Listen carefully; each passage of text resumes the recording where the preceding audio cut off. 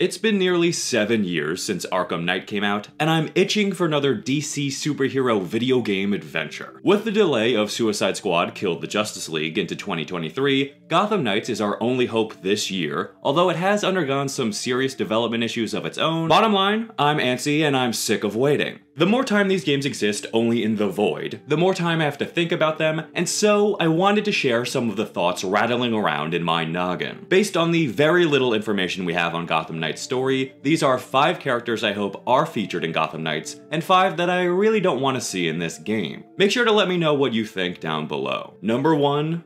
Deathstroke. This may come as no surprise to many of you. Deathstroke is a fan favorite who has popped up in some of the Arkham games, but he never really got his due. With Nightwing as a core playable protagonist, I think that Deathstroke could offer some serious challenges to Nightwing in a world without Batman. These two have had a rivalry depicted both on the page and on screen, so it wouldn't be a stretch to make Deathstroke an arch-nemesis to Nightwing. He could be a more personal opponent with a history who could call into question Nightwing's fighting abilities, his leadership skills, and whether or not he has what it takes to stop these supervillains like Batman did. It's hard for me to say what role I'd want Deathstroke to serve, since we barely know anything about the structure of this story, but I think having him be a reoccurring threat that has a specific relationship with Dick Grayson would keep Nightwing's story arc fresh, while providing a near Batman level opponent to combat. Also, if we could get some references to the Teen Titans, that'd be so nice. Number 1.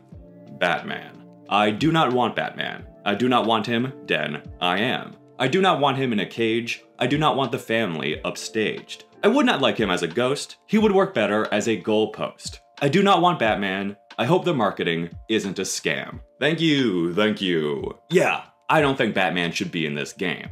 It's a game about the Bat family, so if he shows up, that completely steals the limelight. However, I have the strongest gut feeling that he will for sure be in this game, but I don't know if he'll be playable, and I don't know when he'll pop up. If I had to guess, after unraveling the mystery around his death, the team will go to track down the final antagonist, and somewhere in that conflict, Batman will pop up and be teased for a sequel. Could that be handled well and work within the story?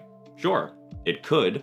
But the thing that excites me about Gotham Knights is a post-Batman world where his various proteges have to step up after years of his teachings. How will they be different than him? How will the villains react? A world without Batman is an interesting one to explore for more than just one game. Now, don't get me wrong, I love Batman. I'd love another official Arkham game where he comes out of hiding as an old man, or teaches his successor in a Batman Beyond inspired story. Batman can handle any franchise. He can star in 5 new video game titles on his own next year if Warner Brothers wanted, and they'd be moderately successful, even if they sucked. The Bat family have never gotten a chance like Gotham Knights. I just hope that they get the spotlight they deserve. Number 2. Scarecrow. This may seem like a weird choice since we just saw Scarecrow as one of the major villains in Arkham Knight, but I think he would work really well against adversaries other than Batman, which would make his appearance in this game feel unique, especially with Red Hood. Again, it's hard to say what this Red Hood's personality and history exactly is, but if he's anything like the typical Red Hood, we can imagine he's a son of a bitch hardass with a pretty tragic backstory. He's a tough guy with serious trauma, and I think Fear Toxin would be a great way for the story to organically create empathy for Red Hood without forced exposition through fear hallucinations. This is the case for all of the Bat family involved. We've never seen anyone other than Batman experience Scarecrow's nasty gas in the past, so it would be interesting to see what their fears are to learn more about their personalities. I think Red Hood in particular would benefit from this treatment because he has seen some horrific shit, and it's not a situation he can just shoot his way out of. Scarecrow doesn't have to be a major villain, but even seeing him for one mission would be a nice addition. Number 2. The Joker. While I think it actually could be interesting to see how the Joker operates in a post-Batman world, I don't think he should be in this game at all. The Joker is the type of character who should be used sparingly and delicately. He can easily suck up all the oxygen in the story, drawing so much attention to himself that it takes away from the other characters involved. We also just had a 4-game series that featured the Joker at the center of every story. Let's take a break from him for at least one game. I wouldn't be opposed to seeing him as a prominent player in a Gotham Knights sequel, because I think he could have a great dynamic with this cast, and he would help from a marketing perspective. But let's give the Bat family and other villains some time to shine in the story, and keep the clown on the back burner. Number 3. Harvey Bullock. Detective Bullock is a great character that made one blink-and-you-miss-it appearance in Arkham Origins and had a small role in the second Telltale game. Overall, he's gone pretty underutilized in the last decade of Batman video games. I think in a world that is not only post-Batman, but also post-Commissioner Gordon, this would be a great time for Bullock to enter the spotlight. Based on what little information we know about this game, it would seem that Detective Renee Montoya will be stepping up to fill Commissioner Gordon's shoes as a contact for the Bat family. I think this works well because Montoya and Bullock are often depicted as the yin and yang of good cops on the GCPD. Whereas Montoya is idealistic and trusting of the Bat family, Bullock is cynical and dismissive of their assistance. In particular, I think that Bullock could be a great character to butt heads with Batgirl. Barbara will already be dealing with Gordon's death, so to put her at odds with a character in the GCPD who is the opposite of Gordon in many ways would create a unique dynamic between the Bat family and the GCPD that Batman never really had to deal with. Bullock's story can even mirror the Bat families, as he and Montoya have to step into the shoes of Commissioner Gordon and see if they have what it takes to live up to their own larger-than-life mentor. Plus, Bullock can be a downright funny and excellent character if written correctly. I think he'd make an excellent addition. Number 3. Lincoln March, aka Owlman. This is probably the deepest cut on this list, as Lincoln March isn't that well known of a Batman villain, but he is directly tied into the Court of Owls and is the ultimate villain of the initial storyline that introduced them into the DC universe. The reason that I'm coming out swinging against Lincoln March is because I don't think he is a great character. He worked in the original Court of Owls storyline because he made the conflict between Batman and the court more personal. The reason for that is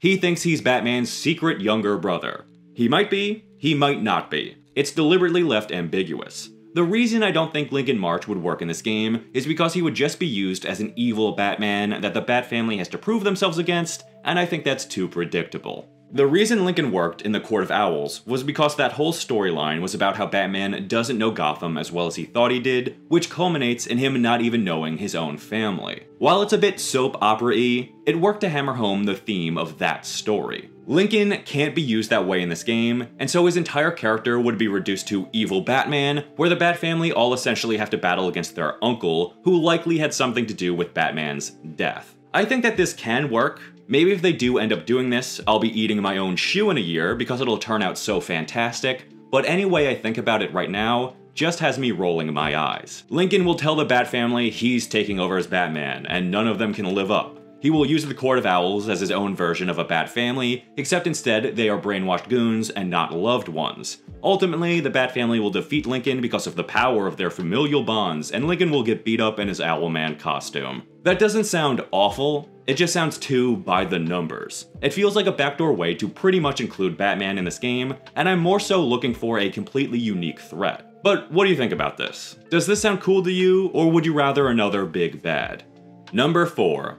Cluemaster. Not the Riddler. Cluemaster is definitely a C-list villain at the very least, but he has a lot going for him that I think would make him a valuable addition to this game. For starters, since this game is an open world that is going to need to justify all the space you'll be forced to traverse through, it'll likely be filled with random side activities. The Arkham games relied on the Riddler to fill in their maps. Cluemaster could fill a somewhat similar role, but ideally turned down by like 75%. No Cluemaster trophies, no Cluemaster racetracks, but the occasional puzzle to solve around Gotham could keep things fresh and fun. And I mean a legit puzzle, not finding an invisible question mark on a wall or scanning an umbrella to solve a penguin-related riddle. I'm just some chump-ass bitch, so I don't know what a good example of a puzzle would be, but I hope you get my point. If you haven't picked up on the pattern with the characters that I want to include yet, I'm interested in bringing in ones who will serve to showcase one of the 4 protagonists. Since this Tim Drake Robin is clearly being set up as the brains of the group, I think Cluemaster would be perfect to match up against this little Einstein. Also, Cluemaster just so happens to be Stephanie Brown's daddy. Who? Well, she's Tim Drake's most popular love interest who becomes a Robin in her own right, and then later on is known as the superhero Spoiler. So, by establishing Cluemaster within this game, and connecting him with Tim Drake Robin, that could lead to some Stephanie Brown romance in the next game, and a potential new member of the Bat family.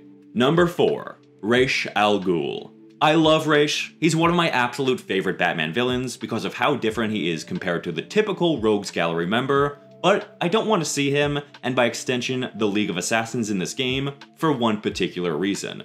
They're too similar to the Court of Owls. I'm really excited to see the Court of Owls featured in this game. It's always nice to see a newer comic creation get some mainstream spotlight for the first time. Including Ra's al Ghul would completely undermine the Court.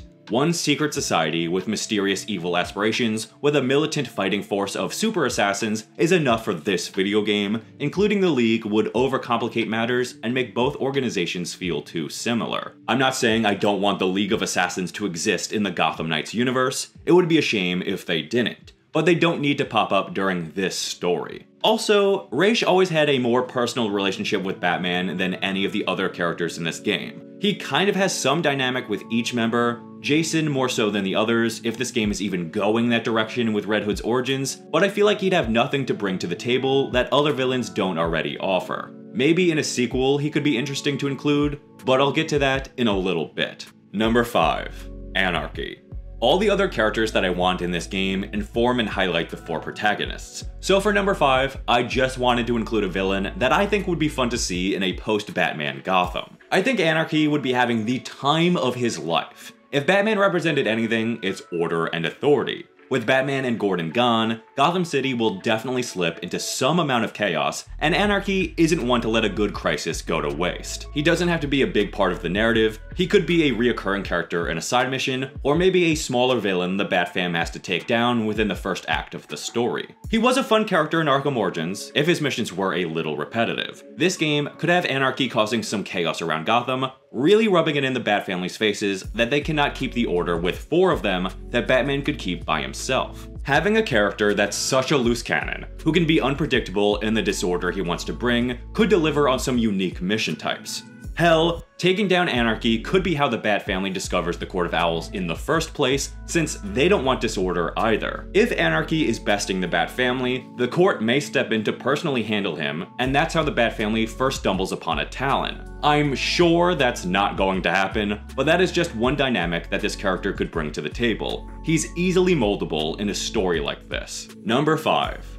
Damian Wayne. Now, all you freaks with your panties in a bunch about this character, I hate to break it to you, but I'm not on your side.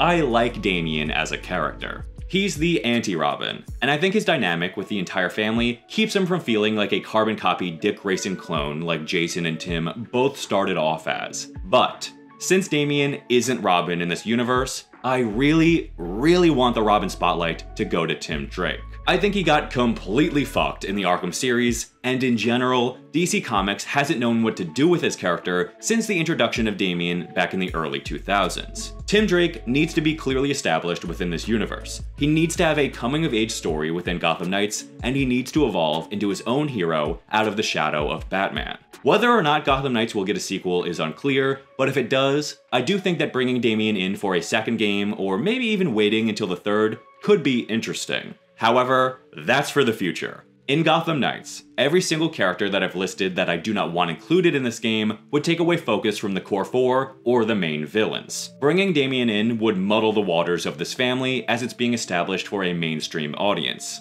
Plus, Damian's whole thing is how he's not like the typical Robin, so you need to establish what the typical and historical Robins have been like for his character to have an impact. Eventually, Damian could be brought in with Ra's, Talia, and the League of Assassins, which could make for a good threat in future games. So, I don't want Damian, but again, I'm not saying I never want to see him. I just think this game already has a lot to juggle, so let's keep things simple. And that's that. I'm just trying to pass the time until Gotham Knights finally comes out.